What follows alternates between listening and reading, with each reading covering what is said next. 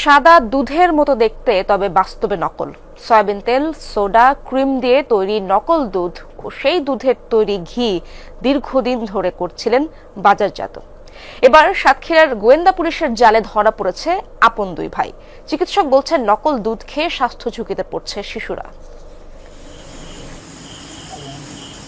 Soybean তেল, soda, cream caustic Blender মেশিনে ফেলে তৈরি হয় নকল দুধ। সেই দুধ দিয়ে তৈরি হয় আবার ঘি। সাতক্ষীরার হাবাসপুর গ্রামে গোয়াল ঘরে এই কাণ্ড চালাতেন দিলীপ ঘোষ ও কমল ঘোষ। খবর পেয়ে সেই গোপন আস্তানায় হানা দেয় গোয়েন্দা পুলিশ। ধরা পড়ে স্বীকার করলেন অপরাধ।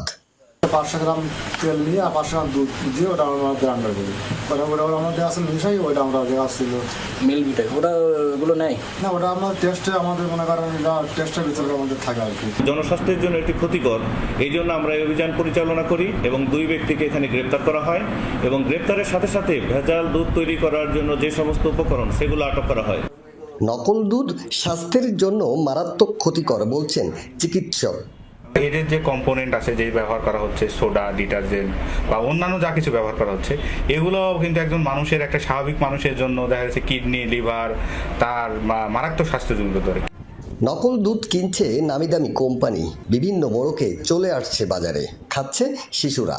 চিকিৎসকরা জানালেন, এতে স্বাস্থ্য ঝুঁকিতে পড়ছে শিশুরা। বাচ্চারা যে পুষ্টিটা দুধ থেকে পাওয়ার কথা সেই পুষ্টিটা পাচ্ছে না, পাশাপাশি তার যে ব্রেন ডেভেলপমেন্ট, তার যে নর্মাল বডির যে ডেভেলপমেন্ট, নর্মাল তার ব্রেনের যে বিকাশ, তার যে মাইলস্টোনগুলো, সেগুলো সব ড্যামেজ হয়ে যাচ্ছে। ভেজাল দুধ যে তৈরি করতেছে বাচ্চাদের জন্য ক্ষতিকর, এটা সরকার দেখুক, এটার জন্য বন্ধ করে, এটা আমরা সবাই এলাকার মানুষ চাই। এমন কর্মকাণ্ড বন্ধের জন্য সমন্বিত উদ্যোগ প্রয়োজন বলছেন ভোক্তা অধিকার কর্মকর্তা। তদন্তে কোম্পানির কারো জড়িতের প্রমাণ পাওয়া গেলে ব্যবস্থা নেওয়া হবে জানালেন এসপি। সবাই মিলে যদি চেষ্টা করি, আমার বিশ্বাস এই বিষয়ে আমরা একটা ভালো ভূমিকা রাখতে সচেষ্ট হব আর কি। নামি দামি প্রতিষ্ঠান তারাও এটার সাথে যুক্ত থাকতে পারে, তো বিষয়টা আমরা জানতে পারবো। তদন্ত যখন হবে তখন আমরা জানতে পারবো যে কোন ব্যক্তি এটার সাথে জড়িত রয়েছে। যদি কেউ জড়িত থাকে, আমরা তাদের বিরুদ্ধে আইনগত ব্যবস্থা গ্রহণ করব।